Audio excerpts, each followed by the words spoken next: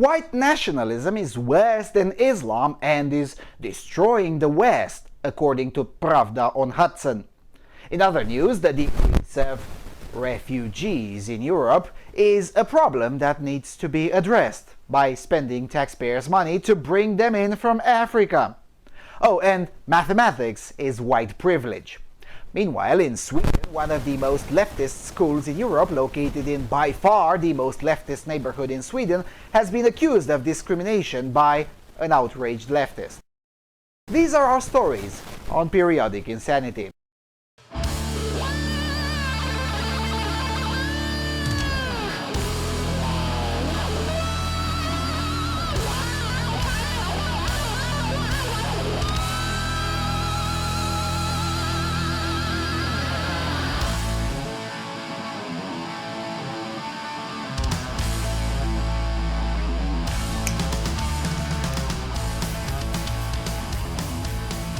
Hello everyone and welcome to the 12th installment of Periodic Insanity. I figured I'd start with such an episode as it's been quite a while since I haven't published something on this particular channel, although I have published quite a lot on the Romanian language channel and also kept up quite well with the Voice of Europe podcasts over at AVFM. Anyway, enough with excuses, let's get straight into it, because over the weeks I gathered quite a lot of insanity that I might have to make 2 episodes this week in order to avoid a very long 12th episode. The first element is one that reminds me, and should remind you as well, that we're living in a psychiatric asylum with the mainstream media as the most dangerous patients who genuinely believe they're the doctors. Sort of like that patient who thinks he's Napoleon. So, the New York Times, a former newspaper, titles White nationalism is destroying the West. Really? Really, New York Times? How many white nationalists are there? 5,000? 10,000? Let's be generous and say there are 20,000 white nationalists all over the West, the intermarium included. That's fewer than the number of jihadis in downtown London. It takes a particular type of stupid to believe that a tiny disparate group is destroying the West when that particular group can't even get their own mayor in a small town, let alone some serious authorities in power. But then again, I work with the proper definitions. That is to say, I don't believe that those who put up posters with "it's okay to be white" are white nationalists. Anyway, let's read it, shall we? Quote, on July the 14th, 2016, as French families strolled along Nice's seafront promenade, a Tunisian man driving a large truck rammed into a crowd, killing 86 people. A month later, the mayor of Malawi declared that burkinis, a catch-all term for modest swimwear favored by many religious women, would be banned from the city's beaches. A municipal official called the bathing suits ostentatious clothing, expressing an allegiance to terrorist movements that are at war with us. One of the law's first victims was a third-generation French woman who was ordered by the police to strip off her veil while onlookers shouted, "Go back to your country." Still, many French politicians and intellectuals rushed to defend the ban. The former president, Nicolas Sarkozy, called modest swimwear a provocation. Alain Finkielkraut, a prominent philosopher, argued that the burkini is a flag. But what they presented as a defense of secular liberal values was in fact an attack on them. A law, masquerading as neutral, had explicitly targeted one religious group. Yeah, so? Notice the mental gymnastics here.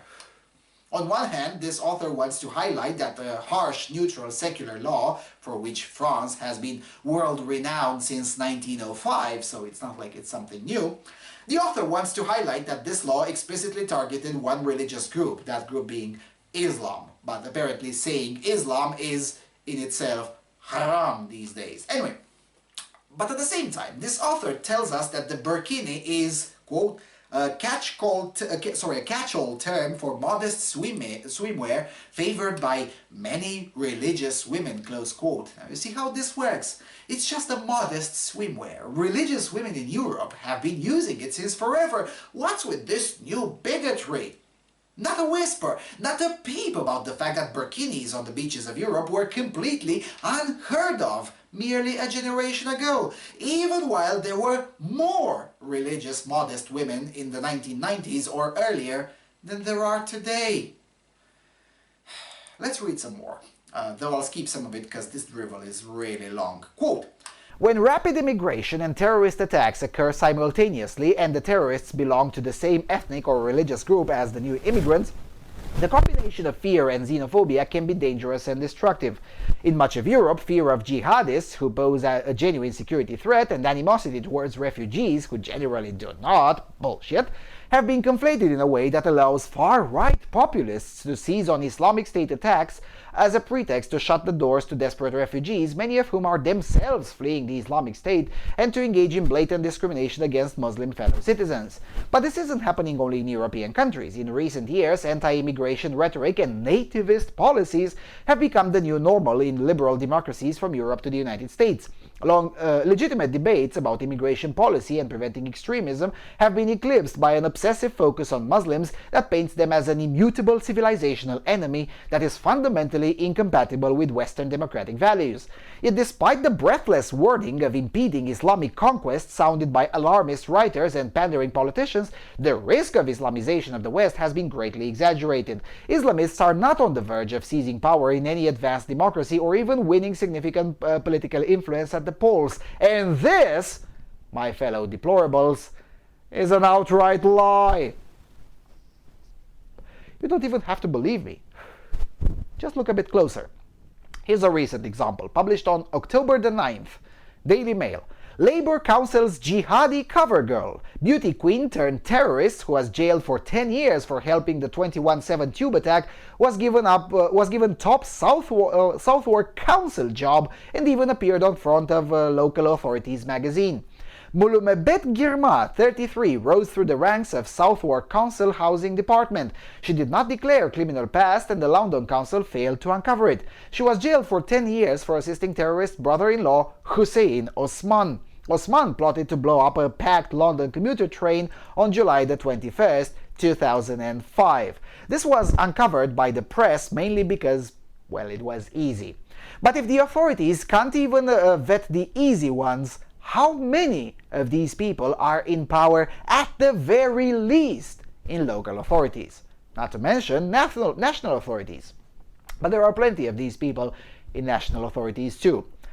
Now, do you remember Mehmet Kaplan? He was the housing minister in Sweden until even the cucked Swedish press was able to expose him as a very good friend of all of the odorous Turkish Islamist movements and organizations that operate all over the former Western Bloc. And I could go on like this for an hour, but the point is that the statement by the New York Times that, quote, Islamists are not on the verge of seizing power in any advanced democracy or even winning significant political influence at the polls is a lie. Unless you considered Sweden not to be an advanced democracy, which is fine, but then come out and say so. You cannot have it both ways. Speaking of Western advanced democracies, does the Netherlands count as such? Because in the Dutch parliament resides a political party called DENK, which comes with everything Islamic: the denial of the Armenian genocide, militant anti-Semitism, militant anti-white bigotry, extreme authoritarianism, anti-free speech, and so on and so forth. Again, you don't have to be a right-winger to understand that Islam and Islamization is very much a problem, and Islam is indeed incompatible with our civilizations. It is really that simple. On the other hand, you have to be a bona fide leftist and a writer at the New York Times to write such egregious lies. Speaking of egregious lies, let's read some more. Quote, the same cannot be said of white nationalists, who today are on the march from Charlottesville, Virginia to Dresden, Germany.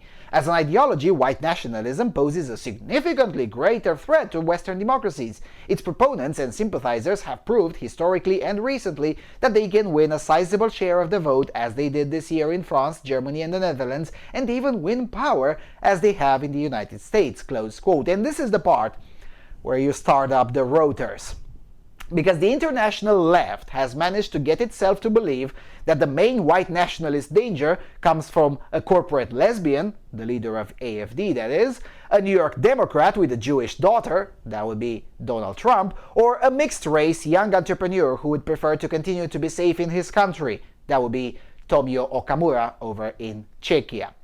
Under these conditions, it is indeed pointless to even try to argue this in rational terms. If these people can be made to believe that a corporate lesbian and a mixed-race entrepreneur represent the rise of white nationalism, this means that they can be made to believe literally anything. Pretty much like Muslims, really. So under these conditions, the approach should be identical to the one used on the extremist religious militants, such as the Westboro Baptist Church, the Jehovah's Witnesses, and so on and so forth. Mockery and disdain. Or if you feel generous, help them get deconverted. Because this is a religion, not a political position. A political position means you see the facts and come up with a different conclusion than the other guy. Anyway, one more longish quote. Far-right leaders are correct that immigration creates problems. What they miss is that they are the primary problem. The greatest threat to liberal democracies does not come from immigrants and refugees, but from the backlash against them by those on the inside who are exploiting fear of outsiders to chip away at the values and institutions that make our societies liberal.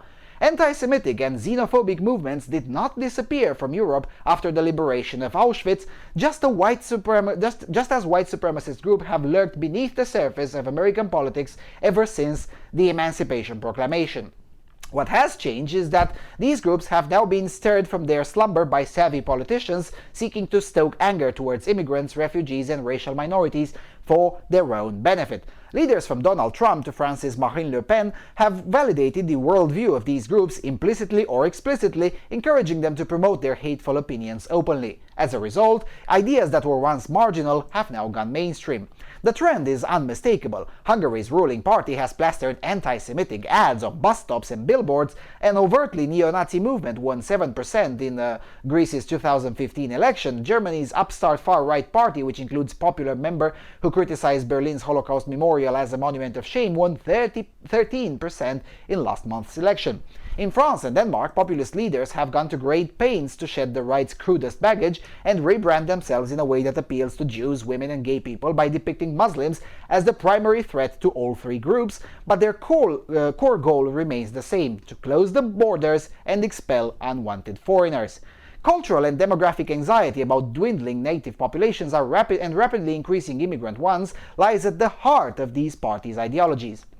In America, Representative Stephen King, Republican of Iowa, worries about the impossibility of restoring our civilization with somebody else's babies. In Europe, the right frets about who's having the new German or Danish babies, and the fact that it's not white Germans or Danes, a social Darwinist dread popularized by the German writer Thilo Sarrazin, whose best-selling 2010 book Germany Abolishes Itself warned that barely literate Muslims were poised to replace the supposedly more intelligent German race. Close quote. Oh boy, the amount of nonsense is over 9,000. First of all, a quick correction. No, the ruling party in Hungary did not place anti-Semitic ads. That only happened in the minds of the New York Times writers. What did happen was that several local authorities placed several ads about the dangers inflicted to Hungary by Soros György and the NGOs that he funds. Ads which even the Prime Minister of Israel, Benjamin Netanyahu, believed they were appropriate. So either Benjamin Netanyahu is an anti-Semite, or the New York Times is full of shit. Now I have to admit my biases here. As a big fan of Israel myself, and Netanyahu in particular, I'll take Israel Prime Minister's word over anyone from the New York Times. Secondly, outside of the tiny bubble of the cathedral media and Twitter-verified journos, nobody decides to vote or not to vote for a particular political party based on the words of one member, especially if that one member is not on their local ballot. So to claim that there's a huge white nationalist in Germany because one party member said something, and that something wasn't particularly bad or false for that matter, after all, the Holocaust is a shame for Germany, while at the same time that party is led by a corporate lesbian and the member in question wasn't even running for anything, well, you have to be a writer for the New York Times to even claim to believe such nonsense. Thirdly, leftists are free to believe that non-leftist parties all over Europe are in a conspiracy together to get the votes of Jews, women and non-straights in order to close the borders, but the only conspiracy that is indeed real is the conspiracy with reality. Because no matter how much you try to censor, demonetize, marginalize, demonize or deny, the fact remains that Jews, women, and non-straights tend to be much safer in countries where there are no representatives of the religion of peace. And finally, fourthly, there are political opinions and then there are facts. The two sometimes intersect. In fact, it would be preferable if they intersect as much as possible, but they're not the same thing. White nationalism, to the extent that it exists in significant numbers, and which this author pretends to oppose, is a political opinion. The fact that you can't perpetuate a civilization with someone else's babies is an undeniable reality. Just like the militant racism that characterizes the modern left is an undeniable reality. Because leftists, particularly those who write for the New York Times, are evil but not stupid. They know, just like everyone else knows, that you can't restore your civilization with someone else's babies. How do I know that they know? Well, look at what leftists have to say about the Amerindian civilizations. When it comes to Amerindians, leftists do understand that whatever civilization the Amerindians had, it was gone because someone else's babies took over. They understand this. It's just that their racism prevents them from applying the exact same rationale consistently. So, our author concludes, quote, "Those who worry that a godless Europe and an immigration-friendly America are no match for Islamic extremists have ignored an even greater threat, white nationalists." And this is why we can't have nice things. Look, most people are not white nationalists, but the biggest recruiting tool for such ideas is the opposition itself. These kinds of hysterical writings do more than any militant white nationalist can dream. I mean, Jared Taylor recruited fewer white nationalists in 20 years than the left did in the last 6 months or in the last 12 months. Because no matter what you believe about white nationalism, the so-called opposition to it is so unreasonable, so racist, and so bad that the only reasonable impulse left is to step back and let them kill each other. The problem is that that would be impractical since the left made sure everyone is fucked around by militant identity politics. Alright, enough with this. Let's go to another piece of insanity coming via Euronews. France to send missions to Chad and Niger to bring back refugees. Well, I don't want to say I told you so, but I told you so. This is for all of those who told me that I was wrong about Macron or that he's not as bad as I predicted. Well, he kinda is. Quote, "France will welcome 10,000 refugees over the next 12 months, including sending out teams to Chad and Niger to identify and transport people deserving asylum status. The missions will also seek to deter economic migrants from those countries." President Emmanuel Macron says France will host 3,000 refugees from the two African countries, compared with 94,000 that the UNHCR estimates are in need of a place of safety. Other places will go to people from Turkey, Jordan, and Lebanon. The president also announced that France will intensify efforts to repatriate so-called economic immigrants not awarded refugee status. "I want to welcome better those who are eligible to seek asylum, to speed up administrative timeframes which are inhumane and inefficient, to offer programs of integration in terms of language, accommodation and work, and also to be much more rigorous in sending back to the borders those who don't have the rights to this status," he said, close quote. Now, isn't it nice? So, now that finally the boats have largely stopped, the militant anti-white leftists from various governments are willing to spend shekels from the public purse to bring even more of these people.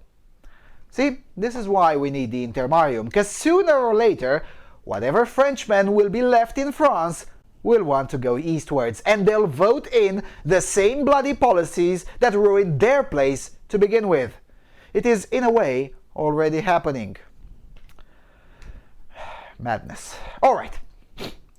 Staying in the identity politics topic, but shifting gears a bit, let's talk about white privilege, particularly in mathematics.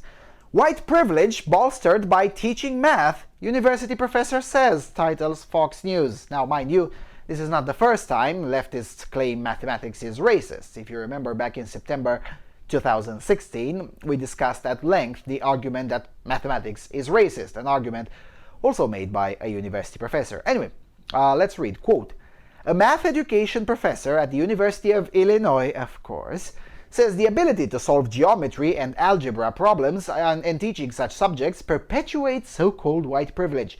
Rochelle Gutierrez laid out her views on the subject in an article for a newly published anthology for math educators titled Building Support for Scholarly Practices in Mathematics Methods. Quote, "School mathematics curricula emphasizing terms like Pythagorean theorem and pi perpetuate a perception that mathematics was largely developed by Greeks and other Europeans," she says, according to Campus Reform. Well, mathematics was largely developed by Greeks and other Europeans. Are you saying that the truth is racist? Quote, "She also says that addressing equity in mathematics education will come when teachers can understand and negotiate the politics outside the classroom. On many levels, mathematics itself operates as whiteness. Who gets credit for doing and developing mathematics, who is capable in mathematics, and who is seen as part of the mathematical community is generally viewed as white," she writes. Further, she says mathematics operates with unearned privilege in society, just like whiteness.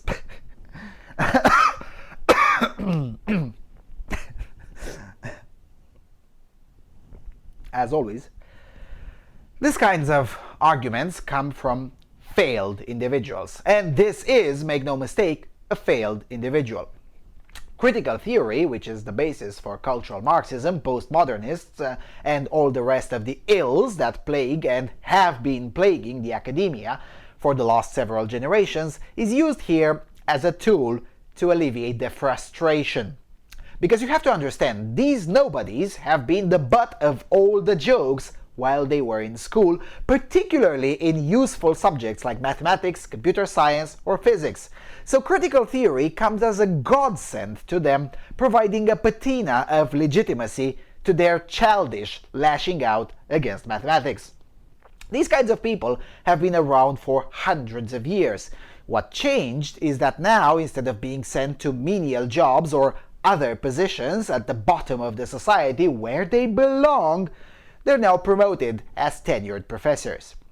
The problem with this practice is that it doesn't make the university better, nor does it provide an extra perspective thanks to the diversity, as the militant integrationists would have us believe. What this practice does is to drag the university down to their pathetic level. One such professor is not really an issue. 100,000 of such professors, however, are the perfect recipe to make the university into what it is today. A sick joke at best and a dangerous loony asylum at worst. But anyway, I've talked about universities in past videos as well, so I won't rehash those points. What needs to be pointed out, though, in this particular case is that she is speaking from a position of a complete ignorant both in the history of mathematics and of mathematics itself. Now, I'm not a genius of mathematics, but I am versed enough to know that when you're engaged in this subject, the question of the ethnicity of the person or persons who developed the theorem or the formula you're using simply doesn't exist. It's not even a marginal question, it's completely absent. The only question is really, can you solve the problem? That's it. For instance, if you have two or more pieces of land and you need to decide which one you're going to use to build apartment buildings on and which one you'll be using to build, let's say, windmills, you need to, well, do the math. And you might need a very useful tool called the Cauchy-Bunyakovsky-Schwarz inequality. Now, if you're a leftist, you'll see this as an expression of privilege. If you're not a leftist and you're what is otherwise known as a normal person, you'll just do the math, decide upon the pieces of land, and then get to work. But that's for us, normal people, not for individuals who are paid to spout crap. Now, some have rushed to remind her that the Indian and East Asian contribution to mathematics, or the fact that algebra is an Arabic word, but you're missing the point here. These people are not interested in facts. What they're interested in is propagating racism in all forms. On one hand, they go full anti-white with garbage like this, and then patronize non-whites with the soft bigotry of low expectations. Because that's what leftism is in practice. Everyone loses, except the anointed class of which Miss Gutierrez thinks she's part of. Oh, and for the record, you're not smart just because you do mathematics, Miss Gutierrez. You got that the wrong way. The opposite is true. You are able to do mathematics because you're that smart. As one of my teachers used to say, mathematics is 1% inspiration and 99% transpiration. The worst part about this lady is that, in addition to be a failed, useless individual, she gets to indoctrinate the next generation of teachers, which is one more reason to homeschool. Just saying. Alright, let's go to another type of insanity. I genuinely think we've come to a point where we no longer have to meme the left. Not just because the left is the meme, but because the memes write themselves at this point. Check this out, and I'm not joking, this is a legitimate article. Yahoo News. People are planning to collectively scream at the sky to mark the anniversary of Trump's election win. Quote, "It's been almost 365 hard-tweeting, war widow-bashing, truck-driving days since Russia helped create something called President-elect Trump. Thousands are gathering to mark the occasion in Boston, New York, and possibly Seattle by billowing helplessly at the rapidly warming sky." Continuing the communal primal scream begun by Yoko Ono in the days of following the 2016 election, Americans are gathering for several Scream Helplessly at the Sky on the anniversary of the election events on November the 8th.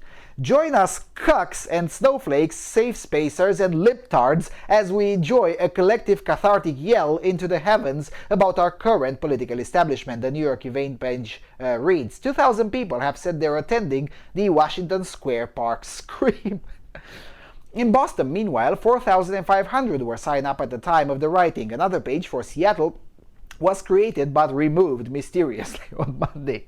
Of course, the event pages have mixed reviews. "That's frigging fabulous," one commentator said. "Fucking stupid beyond words, God bless President Trump," another wrote. One of the Boston event's organizer, Johanna Schulman, told Newsweek, quote, "This administration has attacked everything about what it means to be American. Coming together reminds us we're not alone, that we're part of an enormous community of activists who are motivated and angry, whose actions can make a difference. Although it is important to acknowledge the tragedy that befell our country on November the 9th, we cannot let it defeat us," she added. The Screamers will join the women's marchers, the inflatable chickens, and the kneeling war veterans that has comprised some of the varied protests of the last 12 months. Now, an update on October the 24th. The Boston event has now been cancelled due to logistical and liability challenges. Johanna Schulman, a local activist in Cambridge who is working on organizing the event, she said, "Organizers are working to determine if an alternative event could be designed in a way to mitigate those challenges. Clearly, there is a desire on the part of many Americans to express their opposition to the Trump administration on the anniversary of the election."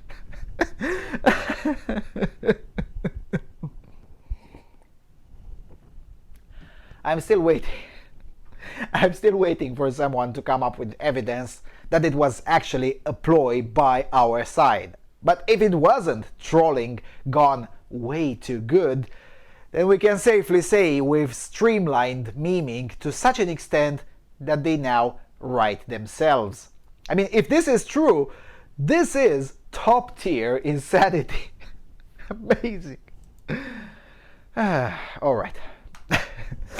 Let's move forward into the all cultures are equal realm and read the news from Africa, specifically from Malawi. Coming from Al Jazeera, scores arrested in Malawi after mobs kill 8 suspected vampires. Nearly 150 people have been arrested in Malawi and charged with murder or inciting violence in their hunt for vampires. Mobs are attacking people in what's being called a modern-day witch hunt. They have killed 8 people in the last month. Malawi President Peter Mutharika has sent the military to reassure villagers and asks any would-be vampire hunters to turn suspected vampires into the police rather than killing them. Close quote. Now I guess it's simply a coincidence that such batshit crazy behavior erupted in the south of Malawi, especially in the Mulanje district. I guess it would also be an act of bigotry to point out that the Mulanje district is one of the few places in the entire area where the dominant religion is neither Christianity nor paganism, but, Islam, specifically Sunni Islam. But please, repeat after me. All cultures are equal. This could have happened very well in northern Italy or Finland. It's just a coincidence that it happened in the only Islamized area of Malawi. Don't be a bigot. Alright, it wouldn't be a periodic insanity episode without some news from Sweden, and not just any place from Sweden, but Södermalm in particular, the literal island of leftists in the middle of Stockholm. I made a video from there, which you should watch if you haven't done so already. It's called Sweden's Biggest Safe Space. Anyway, coming from Stockholm Direkt, food menu at the gymnasium at Södermalm is reported for discrimination. It goes like this, quote, "It was week 39 that the independent high school Turen Business School at Medborgarplatsen chose to use the Equal Treatment Week, and the school's dishes were given new names.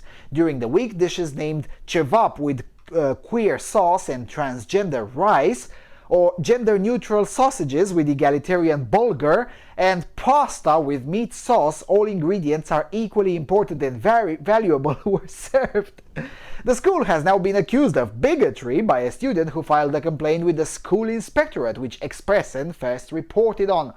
What you have chosen to do here is to ridicule and reduce different sexualities and sexual orientations to dishes.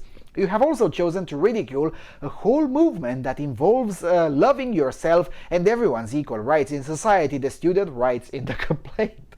He believes that the school's assessment section makes it okay to shout about gender identities. "This is incredibly offensive and should be taken seriously," writes the student. The school's principal, Johanna Svensson, apologizes for the move being perceived as offensive. We had an equal treatment week to highlight differences and everyone's equal value, and we would encourage discussion. The dinner note was a way to raise up the discussion. The intention was not to offend anyone," says Johanna Svensson. "Is the idea that the food part should be fun?" asks the reporter. Now the question is, of course, idiotic. Fun is completely forbidden in leftism, particularly in Södermalm. Anyway, the principal answers, quote, "No, the purpose was to open up the discussion about these concepts openly. We wanted to show that we as a school stand for everyone's equal worth. Can you understand that it is perceived as a ridicule?" asks the reporter again. "It was never meant to be a shot at someone's expense. Now we take the criticism. We would never offend and ridicule anyone. On the contrary, the aim was to lift this in a positive way. The school will now include the criticisms of the continued work of equal treatment at the school." Now, you tell me, is there anything a normal person can say to this story? Other than start up the rotors, that is. I mean, come on. You don't have to be like me, or to at least empathize why belief in helicopters is sometimes useful. What kind of people can such a high school prepare? Surely you can't possibly believe that the next generation of Swedish entrepreneurs, inventors, innovators, economists, or engineers are being groomed in this school. At its best, this school raises the next generation of cultural Marxist agitators, whiners, pussies, and cucks. At best. Because more likely than not, this is an unemployment factory. The student who wrote the complaint wouldn't even be fit for a menial taxpayer-funded office job. Even that would be too harsh for him, or there, or hen, whatever the fashionable pronoun may be this week. Speaking of trannies and pronouns, the last piece of news is about the good guys. The guys who refuse to back down and refuse to apologize. Coming from the Daily Wire, outrage ensues after Cajun restaurant uses Caitlyn/Bruce Jenner as their bathroom signs. And goes like this, quote, "Proponents of transgenderism claim that if a man or a woman declares themselves a member of the opposite sex, then they are indeed a member of the opposite sex and should be treated as such in word, deed, and manner. On that score, shouldn't transgender enthusiasts be overjoyed to see a restaurant adorn their bathrooms with one of their beloved figures, Caitlyn Jenner?